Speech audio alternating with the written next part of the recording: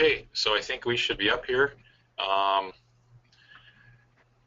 This is Dave Haston. We're broadcasting from the National Interagency Fire Center in Boise, Idaho. And so on the agenda, first up, we'll have Kim Christiansen, who's the Deputy Director for Operations for the Forest Service. She'll be providing an agency update. And then next on the agenda, we'll have Bill Fletcher providing us with a coordination center update. And then followed by Martin. We'll go back, bounce back to Martin for the NASF update. And then, so those are the agency updates. And then once we're done with that, Sean Cross, who's the NWCG manager, will be providing the NWCG update. So with that, we've got Kim Christiansen with the Forest Service update. Thank you, Dave. Good morning, everyone. I put together a few things that that are kind of, I think, on the, I guess, kind of right front and center on the radar for the Forest Service this year, and I thought might be of interest to everyone here.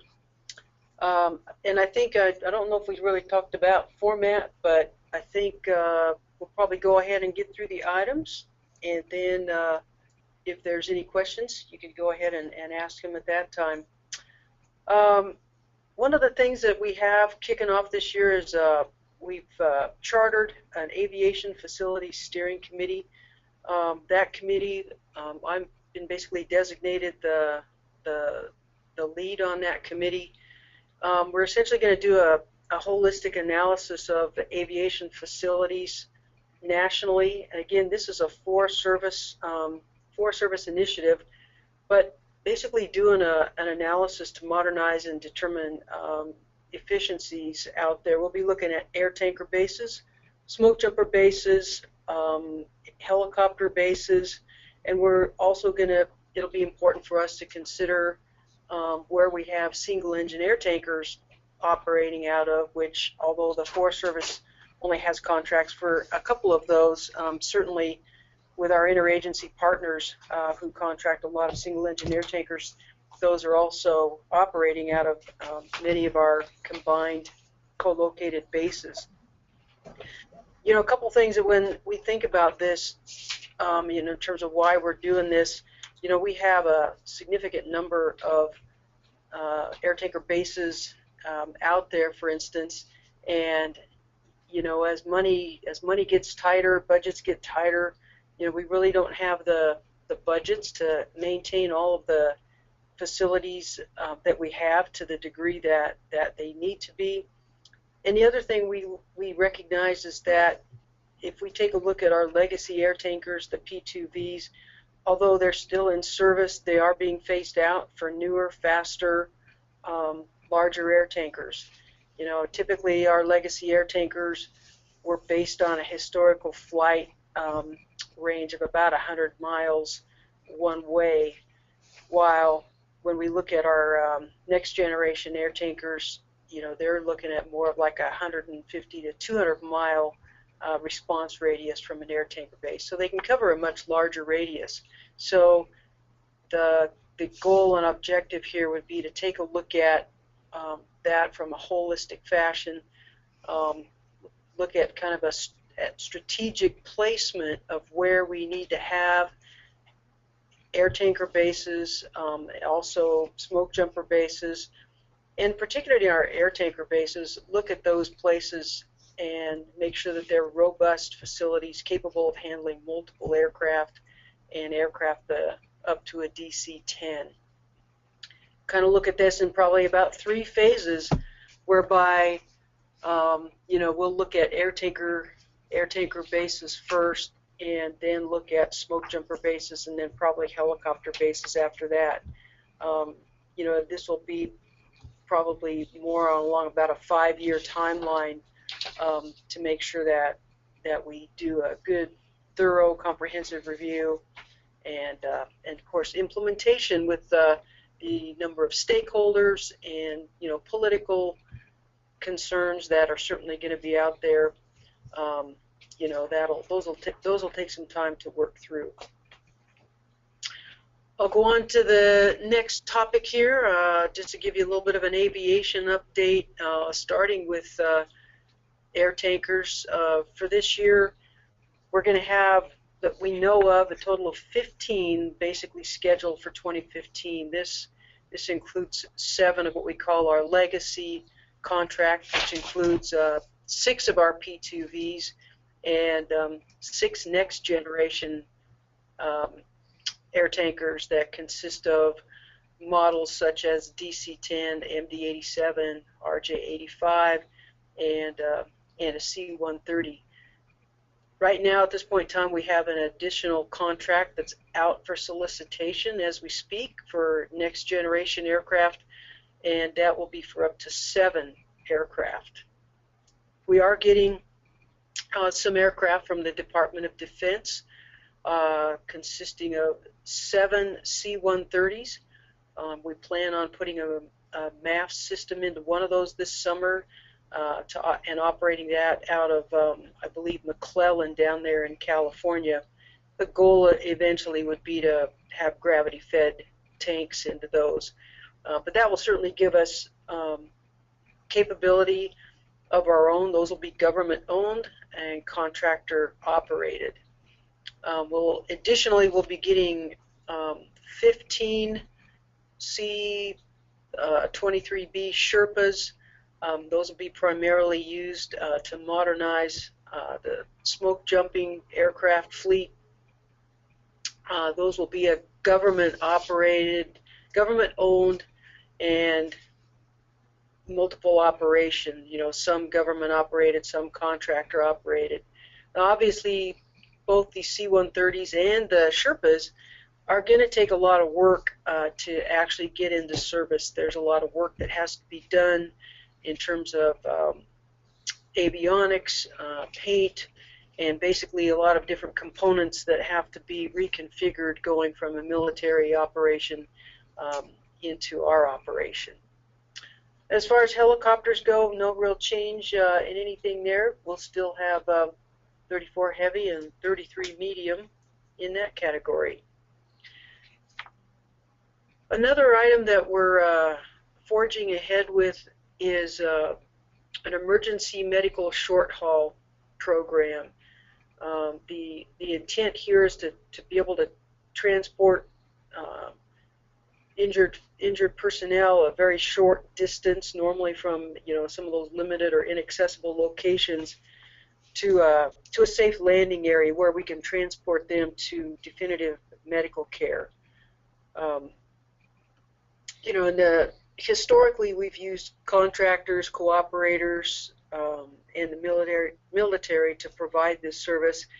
And what the decision we made was that we would benefit from developing in-house capability, essentially to ensure that we have medical short haul available when it is needed. Now, certainly, we're going to continue to use those aforementioned sources of that capability: contractors, cooperators, and military. But again, we'll have that capability if and when needed. There have been some concerns about that mission detracting from the firefighting mission, but we've made it very clear that the primary mission of these short-haul capable aircraft will still be firefighting. The only thing that changes is that while they're performing firefighting duties, they will be available for short-haul missions if needed. These operations will be conducted on our exclusive use Type 3 helicopter platforms. We'll have 2 that we'll be bringing into training and bringing into service planned for 2015, one at Teton and one at Wenatchee Helitack. So while we anticipate increasing the number of emergency short-haul medical program in the future with additional helicopters that will be trained and equipped, again, we don't envision widespread proliferation of this capability, as primarily our focus will continue to be on preventing injuries that would ever obviously necessitate having to use this capability. Moving on to contract equipment, one of the things that our contractors have been asking for quite a few years now is a needs assessment. I think we kind of saw a real growth industry there.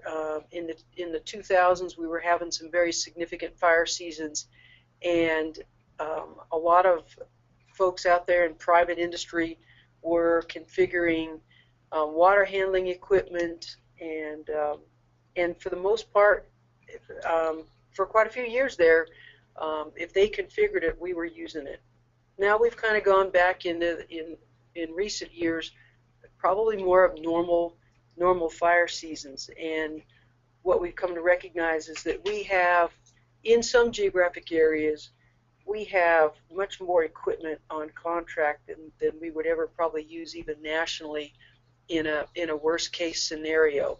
So consequently, a number of contractors are struggling with not getting a lot of work. So we're gonna take a look at that so that we can provide feedback to the Contractors Association in terms of what our target numbers are, and that way, they can do a better job of planning in terms of how many that they need to provide that will adequately be used.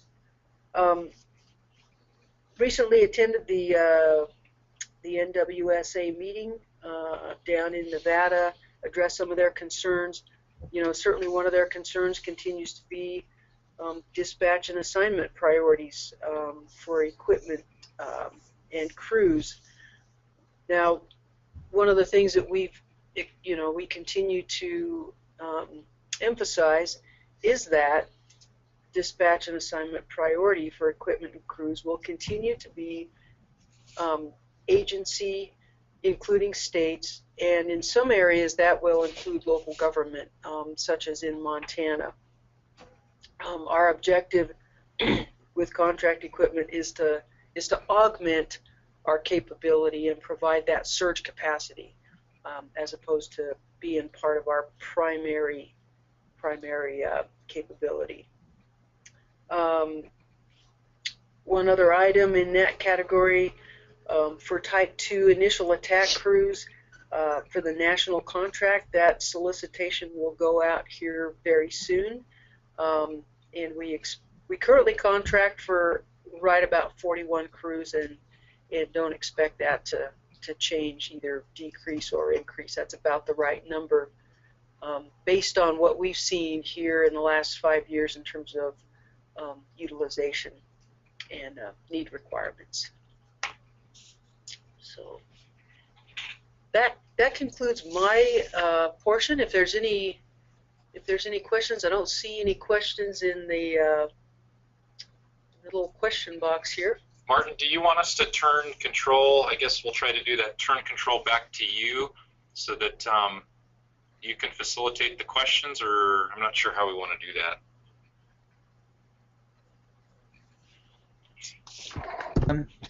I'm thinking that it might be okay for you to maintain control, and it's a matter of pushing like if someone's hand goes up, it's just clicking on it, and maybe Josh, Josh McDaniel, can help us with that to make sure that we're capturing everything. And of course, if there's no questions, it's sort of a moot point. So why don't we keep you in control right now? I think that would be fine, Dave. Okay, so we're not seeing any questions right now. So when we can always field, I think what we'll do at the end with the group here is field questions collectively towards the end, but we can do that midstream if we like. So with that, let me pull up Bill's presentation, and so stand by for that. Hold on, I think there is one. There was one question. Maybe not. Hand went down. No, still here. Hello? Hello? Hello. Go ahead. It's a little muted. You might need to get closer to the mic, but we can hear you. Did you have a question? Go ahead.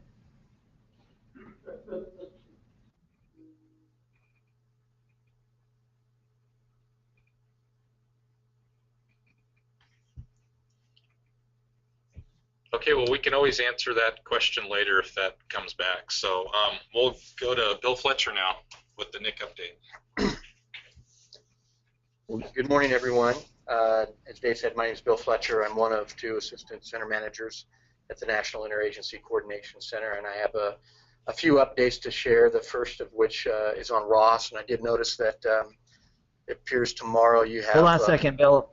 Hold on okay. just a second, Bill. Okay. With the question about the Evergreen 747, if you could mute yourself and hold on to it, we'll give you that opportunity to ask it again when it gets back to the end. Okay, so please hold your question and mute yourself. And go back to you, Bill. Sorry. Well, that's all right. Thanks, Martin. As I was saying, it appears tomorrow you have a Ross SME on the agenda, so I don't want to steal their thunder, but I'll share a few updates on where we are with Ross. Currently, we're in there's a requirements contract that is nearing the end of its period here in the next couple of months. During this contract, it was about 6 months in length, and requirements were gathered for new development. That is what comes next after the current Ross. They conducted interviews across the country of users, all the way from executive level to field level dispatch, and have put together reports that should be out in draft state here in another couple of weeks. And that effort will move forward following the end of that contract in terms of awarding to a new vendor for development of the next logistics system that we have to replace the current legacy Ross.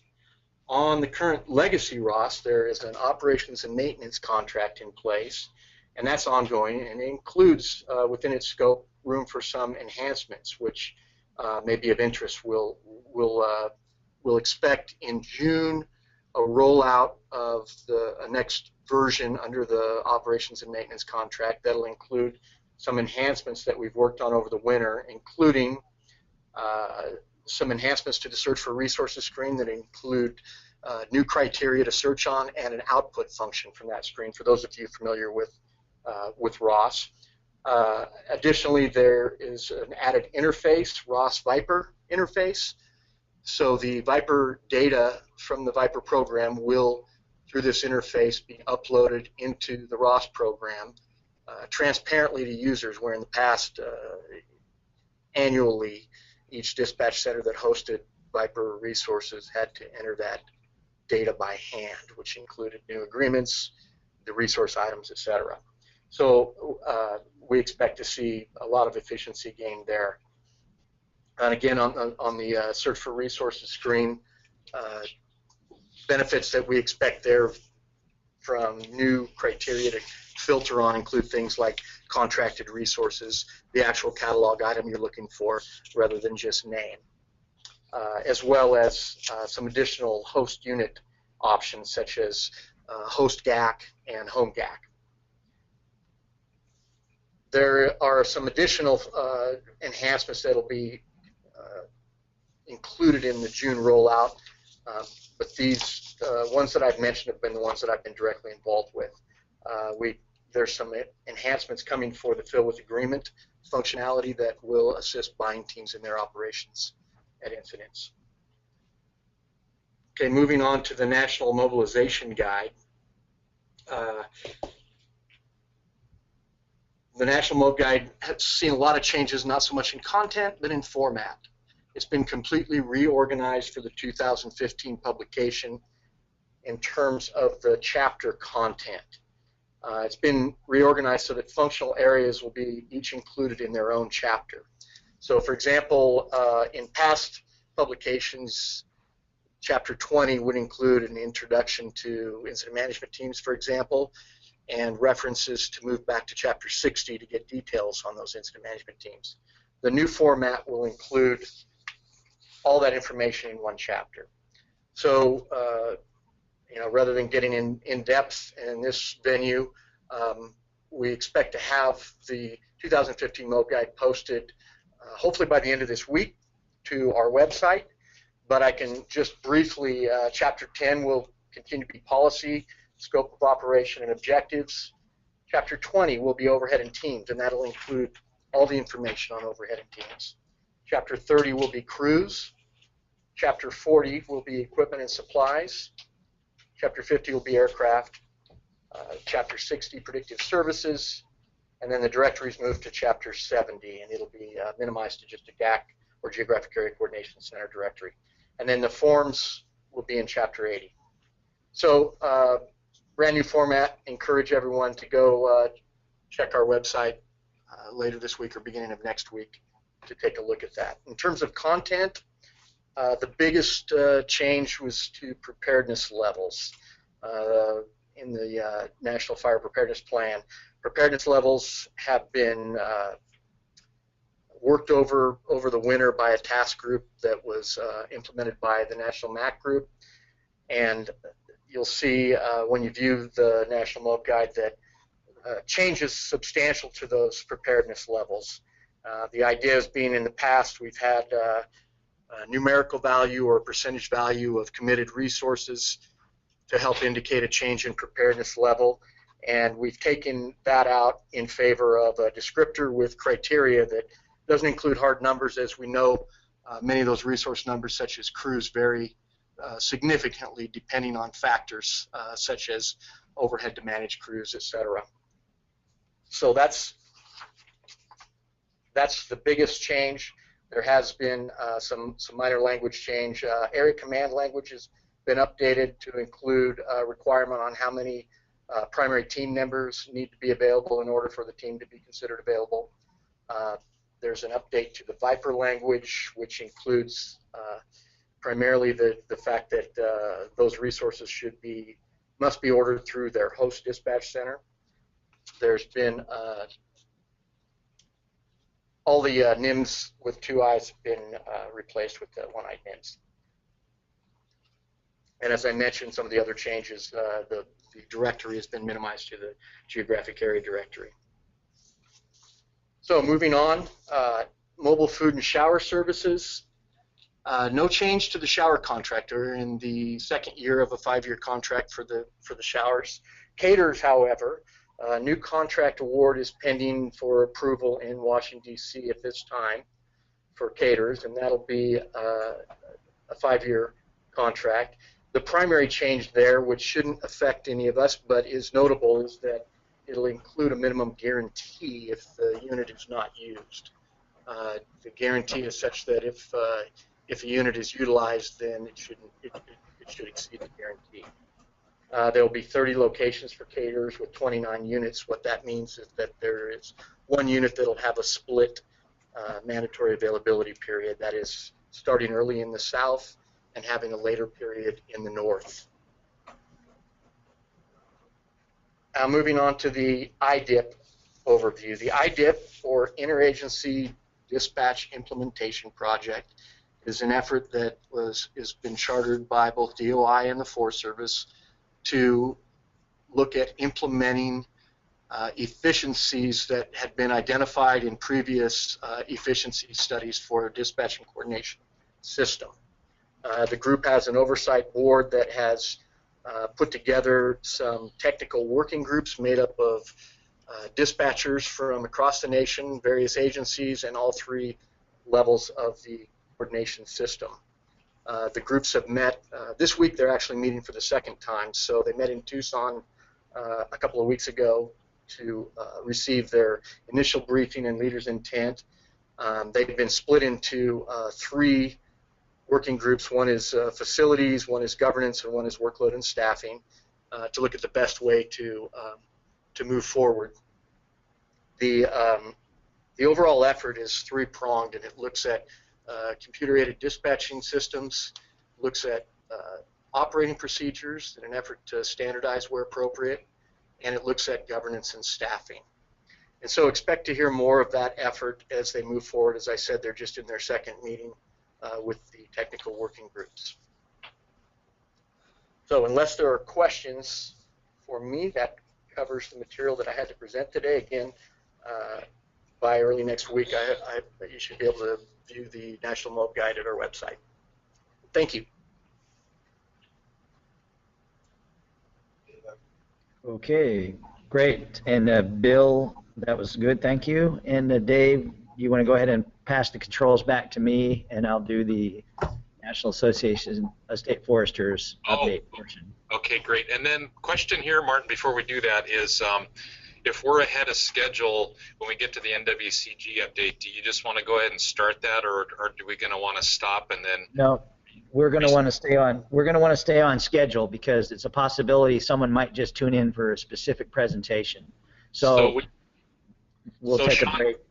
Okay, so for Sean Crosses, we'll plan on starting promptly at 10:30 your time. Correct. 11:30 our time. Okay, so Absolutely. I just click the button stop sharing screen. Okay, and then you want to change the presenter in the right corner there to me.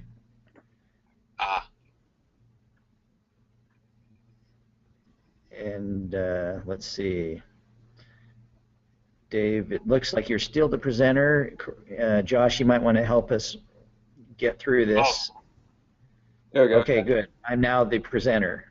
There was also a question came in from Ray Kingston asking if the National MOB Guide would be available online. Yes. Yes. Certainly by early next week, if not by the end of this week.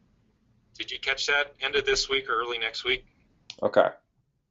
Is there a specific location where that will be? Went to from the NICC webpage. The NICC website linked from the NICC webpage. Okay. So we'll make sure Sean's ready to go at 10:30 your time. Okay, sounds great. And meanwhile, let me get up this presentation for the by the NASF that was put together by Dan Smith, who is he is currently I think he's the, as I understand it, he's the chair of NWCG right now, and he's also represents the National Association of State Foresters.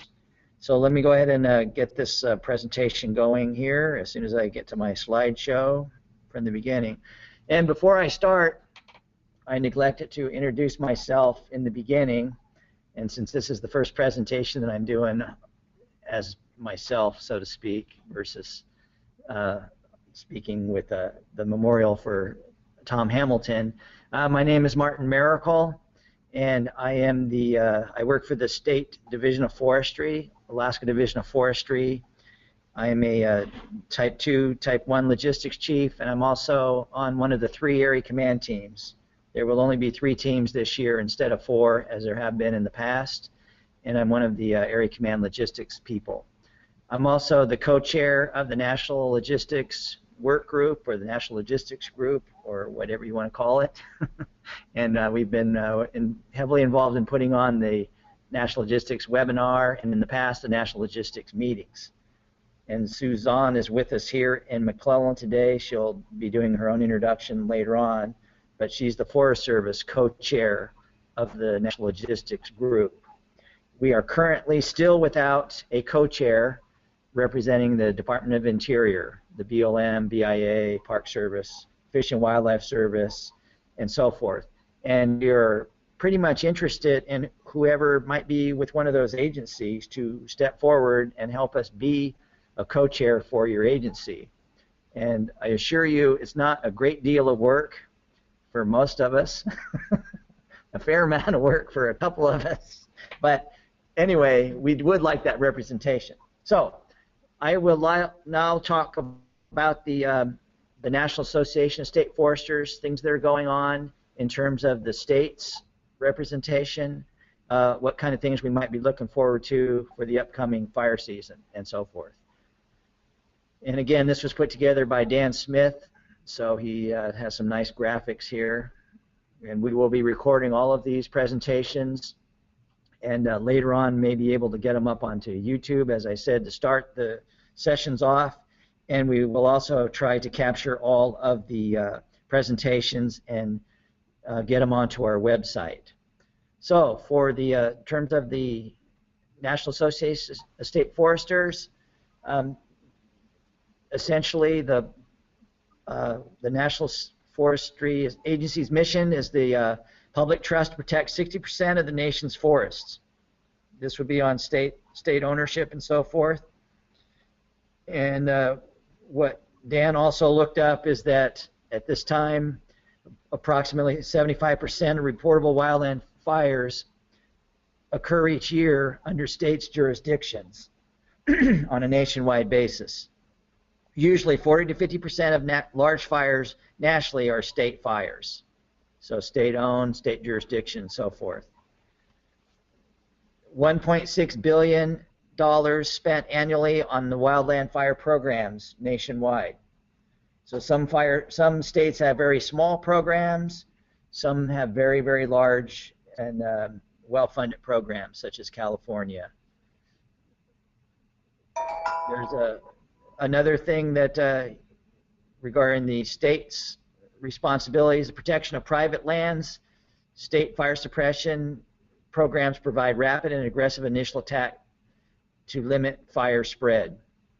So in many of the states, the states take care of fire protection and fire management on private lands as well as municipal lands. The state foresters are heavily involved in an interagency basis, and they have a great deal of communication on an interagency basis and collaboration with our federal partners. So some of the state forestry issues and priorities include the utilization of Type 2 and Type 2IA crews and logistical support needed for them, becoming more and more of a focus. Type 2s are becoming less and less prevalent on a nationwide basis as far as the use of the Type 2 crews. And so one of the things that Dan points out here is we need to use them or lose them.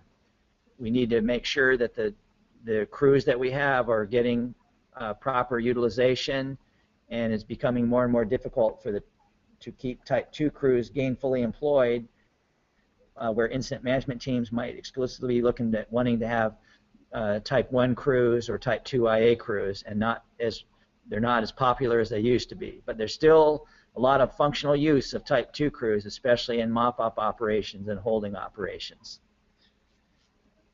Another issue for the state foresters is the review and the reissue guidelines for use of private insurance wildfire resources, and they're working with the IAFC. And I'm not exactly sure what that stands for. I apologize.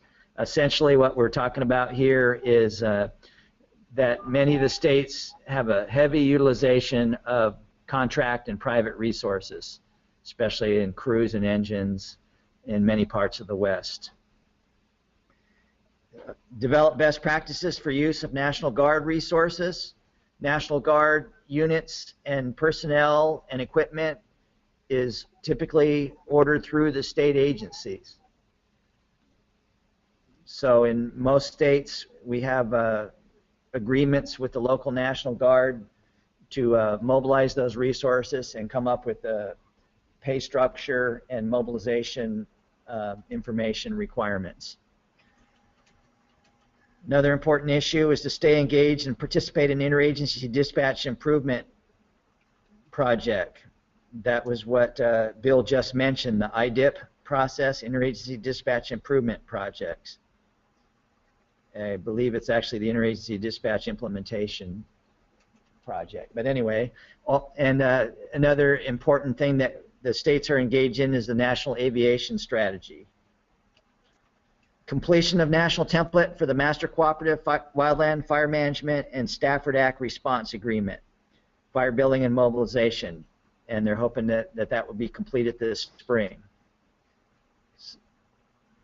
So this would be something that would come into play for incidents of national significance and so forth, so that all of the tools are in the toolbox when we have major responses to all risk events and fires that end up with a national declaration and so forth. Another thing that the state foresters are involved with is collaboration, communication, and engagement with wildland partners in the management of wildfires. So I would say it's across the nation that we do not do things on our own as an agency, but the interagency participation is an extremely component of everything we do, from the standpoint of cost-effective management of incidents.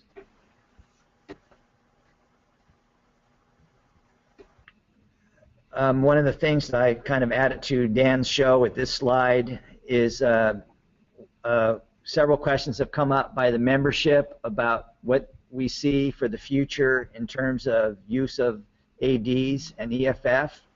Generally speaking, the administratively determined employees are individuals mobilized through the federal partners, and the emergency firefighters, the EFF, are often or usually mobilized by state agencies. In some states, regular employees need to take leave from their normal jobs to take out of state assignments. So some state agencies require their personnel to take annual leave and become hired on as the EFF to go out on fires, because the agencies have determined that they were hired for that state to be working on state projects, and if they want to do something that what that agency considers a deviation from their normal business, is they go out as EFF instead of under their normal process, so they're on leave when they're out there getting hired as EFF. Some states use EFF all the time to augment their workforce. As an example, I'm from the Division of Forestry in Alaska, and we have a heavy reliance on EFF to provide additional assistance for what we need to do in preparedness and pre-positioning when fire activity increases. So we have a great reliance on EFF because our own workforce gets spread too thin and we don't have enough people to cover what we need to do. So we use EFF quite a bit to augment our workforce. And generally speaking, the EFF fill crucial roles, and their usage will not diminish anytime soon. I think when we sent out a poll this last winter, when we were putting together the agenda for the National Logistics webinar, several questions were asked about use of EFF and AD in the future, because more and more of our workforce has retired and is coming back as ADs and EFF, and there was concern that the agencies were trying to phase them out. But I think we have a strong need to continue using EFF and ADs, and typically the first priority of the mobilization and training as well will go to agency personnel first, and secondly, the next priority of using those mobilizing resources or putting training dollars would be our cooperators. So in some states and so forth, the cooperators might be fire departments as an example, and the third priority would be EFF and ADs. That's the way we often mobilize resources and perhaps decide who gets to go to what kind of training classes.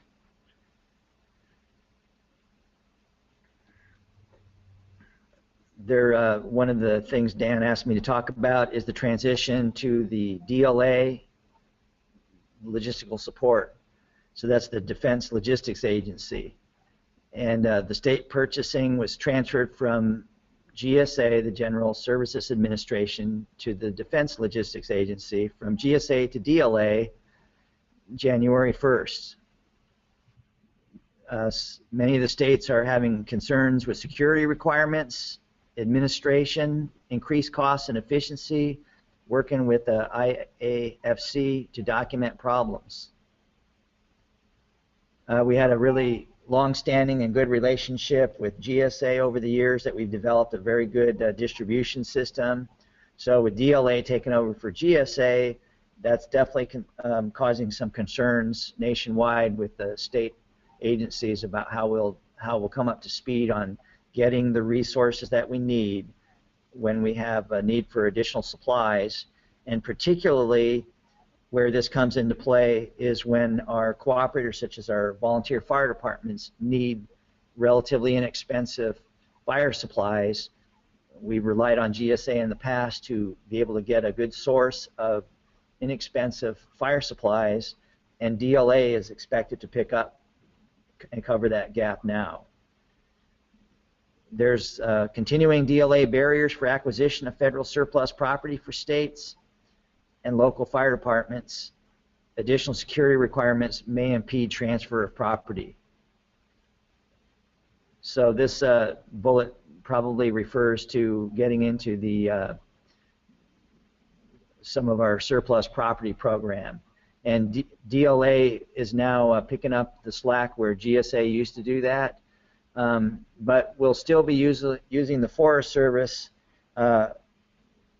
property management officers nationwide when we're picking up surplus property such as federal excess personal property, FEPP, and the Forest Service is also involved with the FFP program, the firefighter property. Oh boy.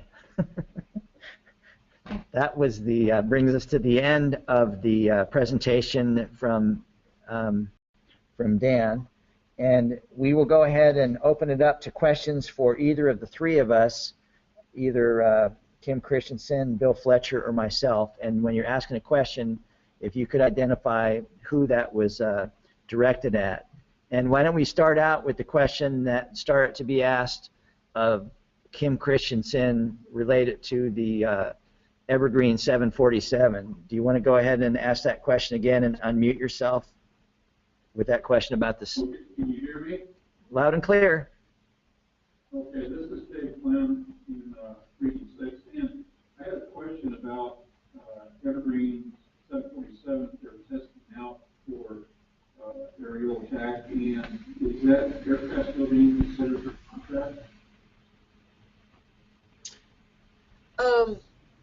Evergreen's 747, you know, although they worked at that for quite some time, it never was able to complete FAA certification requirements. And so as a result of it not ever being able to complete, I think it had a couple type certifications yet to complete, and since it never could quite get those done, we could not, either Forest Service or DOI could not bring it into our program because we require that FAA certification in order to do that. Okay, thank you. You're welcome. And this is Martin Maricle here. I wanted to tag on to something that Bill Fletcher said because this is a reminder to the whole group here. Bill was talking a little bit about the mobile food services contract or the caterer contracts.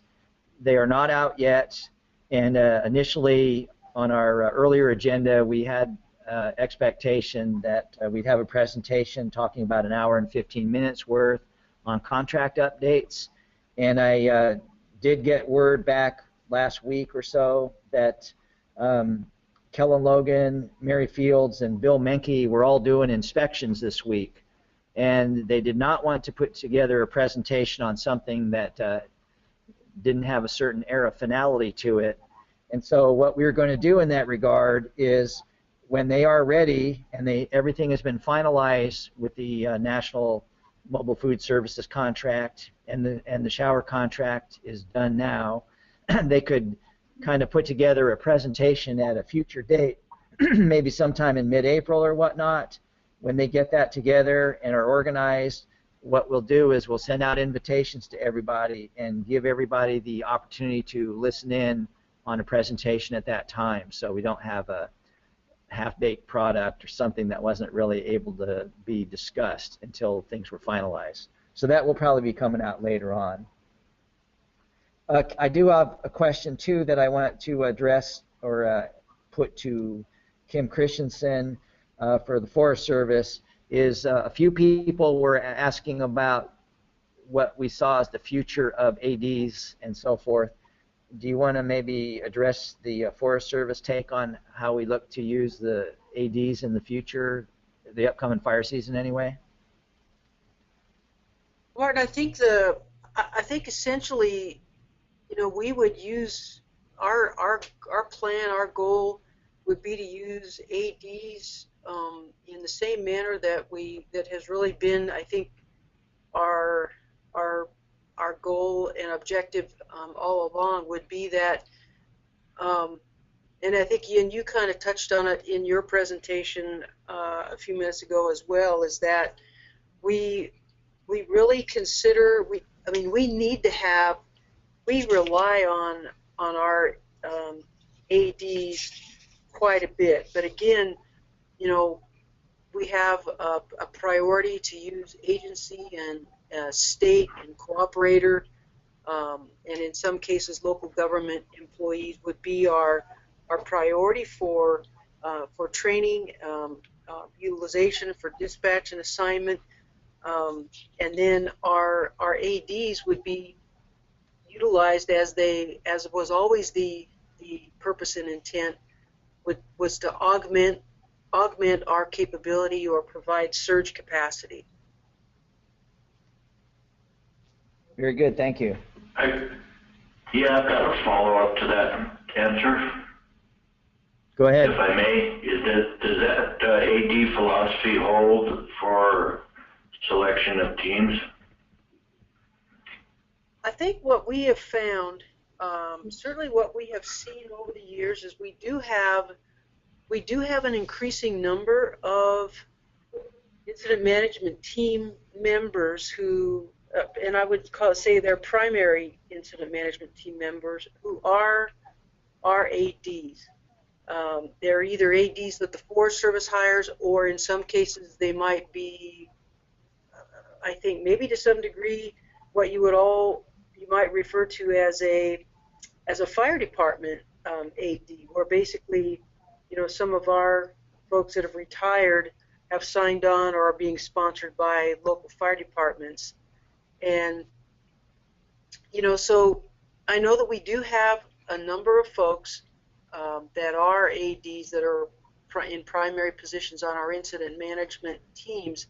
And, you know, there's a number of reasons probably why that occurs. Maybe, you know, either we have, you know, inability to get agency folks signed off and task books completed, qualified.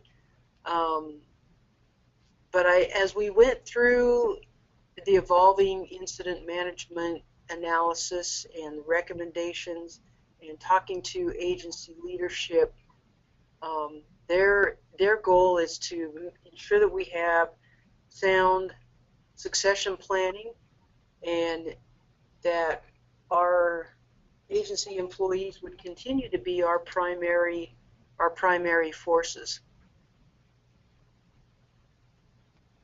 And I'll just tag on to that too, Kim.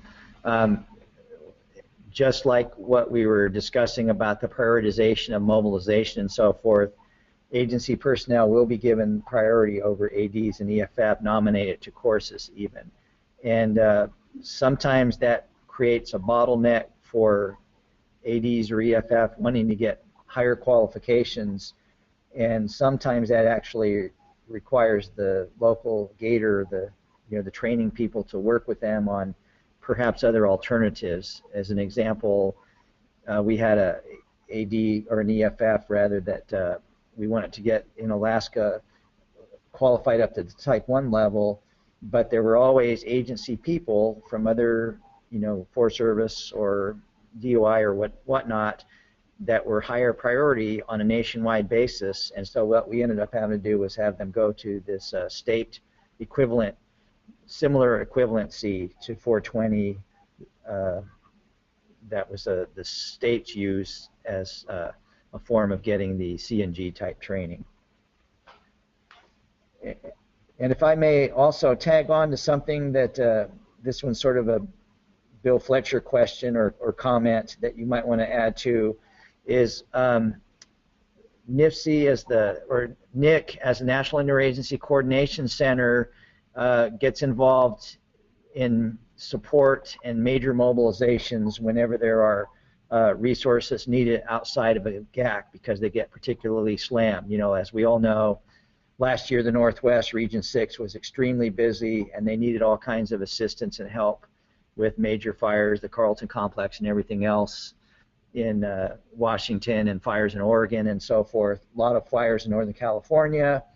But anyway, what I wanted to move towards in this discussion is to Bill, is that we have a pretty good system in place for the Geographic Area Coordination Center to identify priority trainees, and Nick did an excellent job last year working with the GACs to get priority trainees out on incidents to allow us to help add capacity by, the priority trainee names and so forth were put forward to the gators, our geographic area training coordinators and so forth, and those went into through the GAC to NICC, and we got lots of priority trainees put in the system, and that was a really excellent stroke. I thought you guys did a great job, and I think that will probably be continuing in the future, don't you think, Bill? Yes, I do. I think, thank you, and we hope to see the geographic area training representatives continue to evolve and develop that program.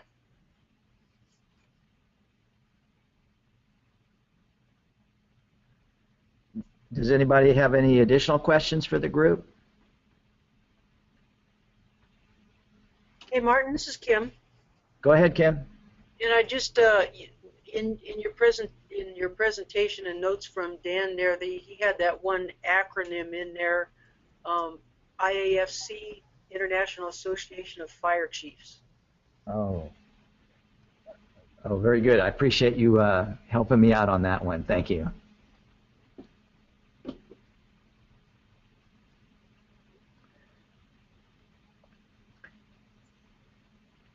Last call for questions for the agency updates. Anybody have any additional comments or questions? And I wanted to thank the presenters there in Boise that are there this morning. You guys did a good job passing the controls back and forth. And we will go ahead and start the next presentation on the NWCG updates with Sean Cross in about 9 minutes or so at 10:30 Pacific Time, 11:30 Mountain Time, 12:30 Central Time, 1:30 Eastern Time. Oh, wait a minute. There's one. Is that a question?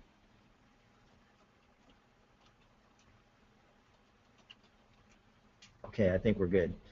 So we'll be back at about, I'm going to keep the, I'll mute myself. We'll keep the recording going. We'll resume in about 8 minutes with the Sean Cross and NWCG updates. Go ahead, please. Okay, thank you, Martin. Good morning. My name is Sean Cross. I'm the NWCG Program Manager. I was selected into that job late June last summer, so about 8 months now or so that I've been in it. I want to give you just a quick rundown. I know most of you are surely familiar with NWCG and what we do and probably participate in it, a lot of that, but I'll give you a quick rundown on what we do, some of our current objectives and challenges and whatnot, and then a couple that Martin asked during an email exchange last week with Dave. I'll touch on the 310-1, what's going on with that, our qualifications system, evolving incident management project, and then the FEMA kind of related all risk training issues. So real briefly, I report directly to NWCG Executive Board. That's the board that really runs NWCG. That's 9 member entities really. On the Fed side, the Forest Service, EIA, BLM, Fish and Wildlife Service, National Park Service, and the U.S. Fire Administration under DHS FEMA. On the non-Fed side, the National Association of State Foresters, which Martin just gave a brief about earlier, Intertribal Timber Council, and the International Association of Fire Chiefs, and that's a relatively recent entry into NWCG. So those are the entities that make up the National Wildfire Coordinating Group. The mission of the NWCG, and this is directly out of the charter, and it states, NWCG provides national leadership to develop, maintain, and communicate interagency standards, guidelines, qualifications, training, and other capabilities that enable interoperable operations among federal and non-federal entities. So again, I know that all of you are very familiar with that. One of the things that's occurred recently, I guess I'm jumping kind of right into some of the or, current things we're dealing with is kind of a reorganization in some of the governance structures up above us. So the Federal Fire Management Board now signs on the Fed side the charter for the NWCG. It used to be signed by all the individual member agencies. So really now it's signed by the Federal Fire Management Board, which represents the DOI and the FS, the Fed side of it, and then it's signed by the non-Fed partners as well. So that's kind of our marching orders that we work under. We have a small staff here in Boise that works for me, an executive staff, if you will, 5 employees and a couple of contractors that can come and go depending upon our workload. And then we have a standalone training organization that manages the training curriculum development for the NWCG. So the way we're structured nationally is we're divided. We have 14 primary committees in all the functional areas you can imagine: communications, education, prevention, data management, equipment technology, fuels management, incident business, aviation, NIMS integration with FEMA, operations and training, risk management, smoke management. So the whole gamut of the wildland fire management universe. And underneath those 14 primary committees, each of which are chaired by they're comprised of member agency representatives that not on a one-for-one basis necessarily every time, but they largely represent all the members at any given time. And then they have a chair. They operate like any other board or committee or whatnot that we're all familiar with. They have a single chair, all of them. And underneath those 14, we have about 42 subcommittees and subgroups of various types. And again, as I know you understand, that's just to manage the volume and the complexity of the workload associated with performing that NWCG mission. So we recently met, in fact, with our all chairs annually. We meet with all the main committee chairs, and just 3 weeks ago we met with them and with the executive board. We just kind of roll that into one of the executive board meetings every year, and it was real successful. We talked about some of the things that we're going to do and where we're going in the future. Some of the things we have been working on. So in terms of accomplishing that workload and getting it done, it's largely done through 2 things. We develop, publish, and essentially issue through the agency directive systems NWCG standards for all those functional areas that I mentioned previously. And that really turns into somewhere in the vicinity of, if you look at all the publications and products that we manage, it's to the tune of about 500 or so. But that's 130 courses in a curriculum. All those have a number of products associated with them. Forms, position task books, guidelines, handbooks, job aids, those types of things that, again, I know you're all familiar with. NWCG manages all those things, and that's, again, a primary way that we accomplish the NWCG mission. So what we've been doing in the last bunch of months in terms of where we want to take the program is we've been trying to consolidate there's kind of been a real discrepancy in how the direction comes down to the committees, and this has evolved somewhat over time. A number of charters and intent statements and strategy documents have just kind of evolved over the last decade or so, and we're trying to rein that into a single kind of consistent master committee charter, if you will. And just to be blunt, we're trying to squeeze what used to be 400 or so pages of directions spread out, across our universe into about a 25-page document that really just boils down the missions of all these various entities we into a pretty focused statement. So that's underway. It'll be laid out on the website that we're developing right now, and I'm sure some of you are familiar with that. In the last few years, I think there have been some efforts to improve and revise and even redo entirely the website, and we're underway with that right now. So we're hoping to roll out essentially an all-new website within the next couple of months, depending upon how that goes. And I think it's going to be a good opportunity to house all these different components of the program, to easily access who all these members and representatives are that represent all of us everywhere in all these different functional areas. So hopefully that's going to go live with some degree of success in the near future here. Curriculum management is another thing. We're doing a fairly comprehensive look at whole training program.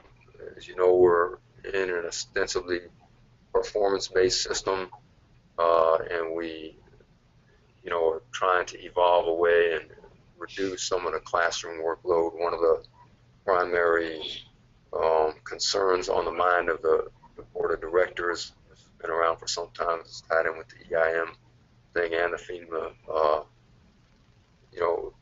endorsements process, is how long it takes us to get our folks qualified and in place. So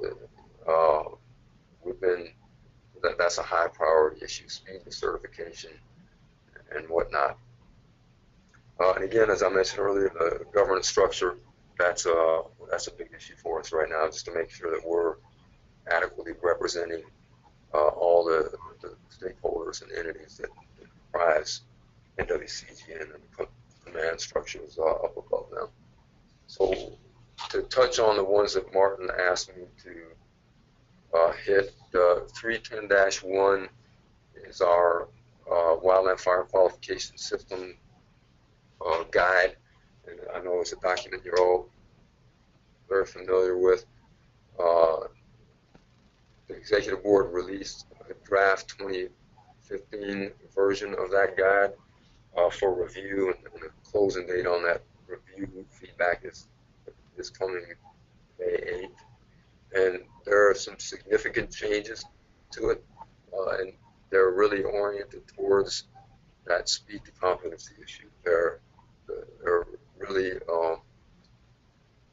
what the operations and training folks in NWCG have come up with for ways to move across functional areas in a more streamlined fashion. And very simply put, it's if we have a Type 1 log chief that wants, to move into a different functional area, plans or whatnot, they're trying to develop a way where that person with that level of experience and know-how and knowledge doesn't need to go all the way down to the bottom of the plans chain and start as a status check-in reporter or whatnot. And, I don't know, I might be in the wrong functional areas there, but, go all the way back up and take another dozen years to get back up to a plans section chief. So all that stuff's out. It's been issued through the NWCG. It's out and available, and if you haven't seen it already, you're welcome to look at it and provide feedback through the appropriate channels. Evolving incident management, the EIM project, as you know, was initiated in 2010 with the Incident Management Organization succession planning effort. It resulted in the next year or so in the establishment of the actual EIM project, and the whole orientation of the effort was a way to address, decline a number of things. I'll take them off here briefly, but decline in fire participation, decline in the federal workforce and aging workforce, IMT participation, and sustainability issues like that, militia roles. We just talked about those AD roles and whatnot. So that project. Hey, Sean, Maricle here. Hey, Sean. Yes. I'm not sure if this was planned or not, but and I'm sorry for the interruption, but during your talk, we're just seeing your initial slide. Are you going through a PowerPoint presentation or at the same time? Yeah, Martin, this is just a generic. Okay. I just want to make sure we weren't missing anything. Sorry for the interruption. Please continue. Thank you. That's all right, Martin. Let me roll through this thing real quick. You guys know how to get this next slide up.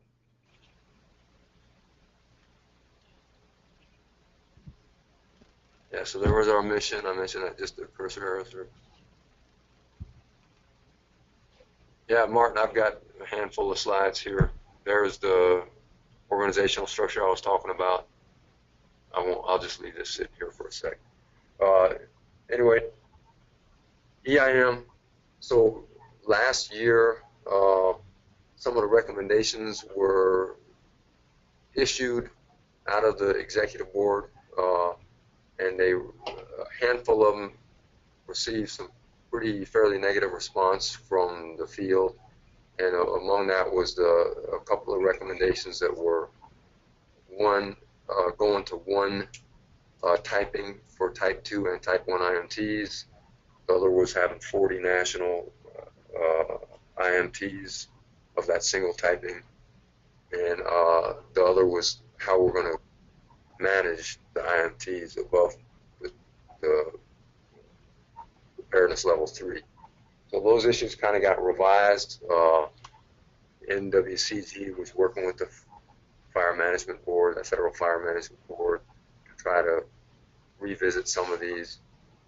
And some revised recommendations have been issued from NWCG to the Federal Fire Management Board, and they've got the non-federal side of the kind of equation involved with them as they assess this stuff. But they revised those recommendations, those three kind of ones that got all the attention, to keep type 1 and type 2 IMTs, but continue to address speed to certification issues, streamline pathways into qualification, trainee management, and then the other one was for each GAC to define the need for and the ability to support the number of IMTs that the GAC needed, and to establish a national target for number of GACs based on the kind of aggregate of those estimates. And then finally, to continue evaluating options to increase IMT participation, eliminating barriers, establishing national participation goals, and geographic area goals, if you will. So that is in FMB's hands right now, and I think the executive board for the NWCG is really just waiting for a response at this time. That package that went to the FMB also identified a number of agency purview areas which have been talked about for a couple of years, and these are areas that were really inherently agency specific, that were pertinent to the EIM issues, and those were acknowledged by the EIM project managers as being just that, inherently agency specific, and recommendations were such that it's best to pursue those in an agency specific fashion, but to try to stay as coordinated and consistent as possible along agency lines, and those included, how we're encouraging participation, maintaining the common standards and qualifications processes, establishing consistent contracting practices, mentoring programs, and such.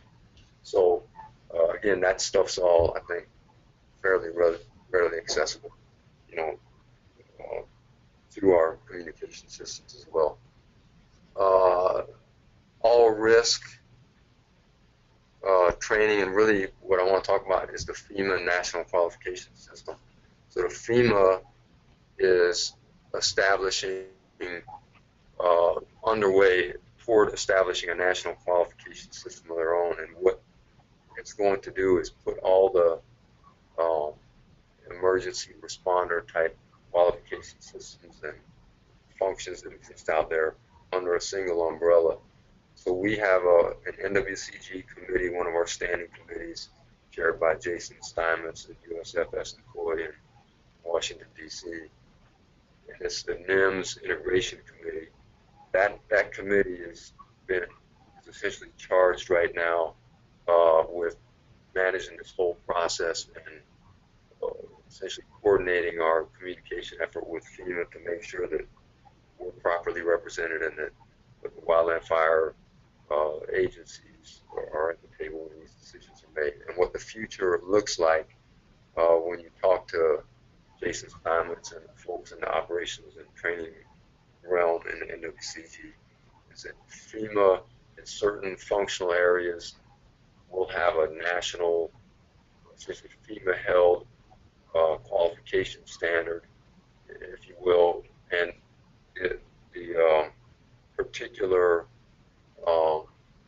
subject matter areas like wildland fire, search and rescue, hazardous materials response and whatnot will have essentially endorsements that are somewhat connected to that master qualification standard. So again, this is all NIMS, ICS based, and so within that structure, there are obviously some areas in NIMS, ICS that maybe won't require, and all this is speculative right now because we're really just underway identifying all this stuff. But for example, a division supervisor might require a wildland fire endorsement or a search and rescue endorsement or a hazardous materials response endorsement. But a finance section expert in any one of the functional areas under finance may not. Maybe that will just be a generic qualification that applies across all functional areas. So that's underway right now, and it looks like it's going to be a complex and a multi-year process. I'm sure you'll be kept apprised of it through the normal processes. So anyway, sitting in front of you has been that org structure internally, and this is, we've divided these committees into two branches just to really manage span of control and nothing else. These branch coordinators, Elaine Waterbury is up right now. This is just so she can oversee and provide support and advocacy for the committees under her stead. And jump into this next one here, the operations branch coordinator, Kim Blake, same thing. So we just broadly separated these committees that we have into functional areas really. And as I say, it's just a management structure, nothing else. But you can see, and I think Martin's going to make this available to everybody later, you know, the chairs essentially of the main committees, and they run the gamut of representation across the NWCG structure as well. This is a training and development program that again is housed here at NICC, and it's a standalone program, but it reports again directly to the board through me. And that's it. I ran over some of those. So Martin, I don't know if you had anything else, or if anybody online has a question, I'd be glad to field those now or whenever, and you can surely get a hold of me or anybody on my staff fairly easily. Good. This would be a good time if anyone wants to raise their hand or ask a question. We'll make sure we call on you.